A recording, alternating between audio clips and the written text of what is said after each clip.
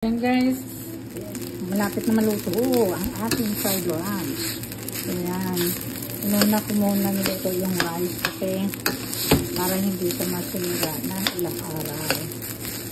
Kasi ang travel lang, napakatagal kaya ayan, lagay na natin itong ating gulay.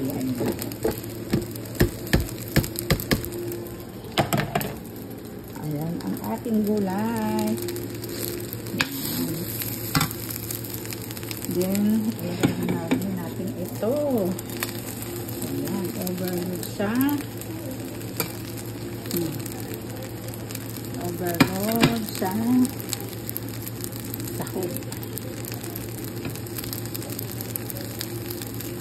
Ayan. Then, lagyan natin siya ng seasoning. Seasoning.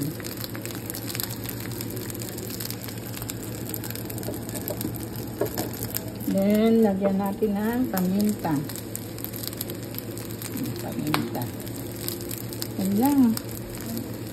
Sarap na. Then, konting asin. Ayan. Then, yung ating oyster sauce.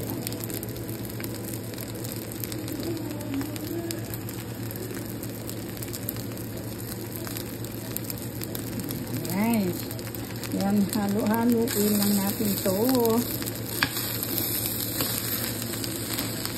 Ayan. Hindi ko mahawakan guys kasi ang hirap eh.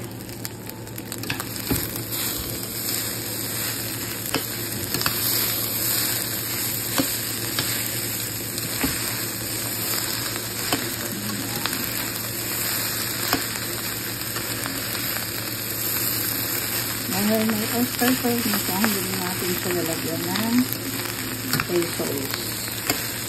Maka manisa pa.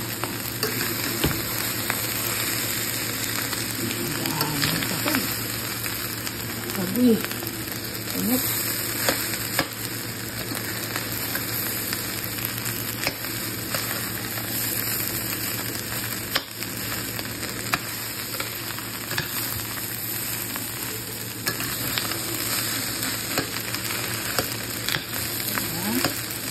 Sahog lang, ulam na may rice pa.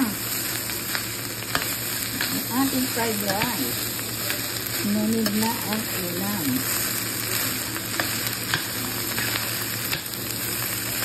Ayan. Sarap. Ang gulay na.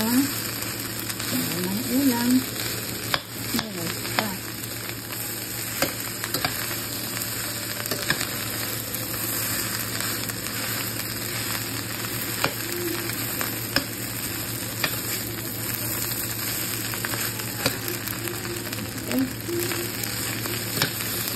Asin kasi itong rice ko kaya hindi siya buhag eh.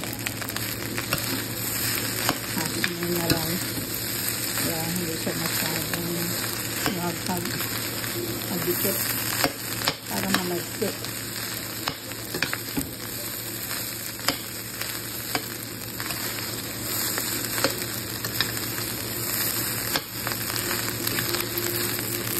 Okay. Ito nito guys. Niluto ko na rin yung ano.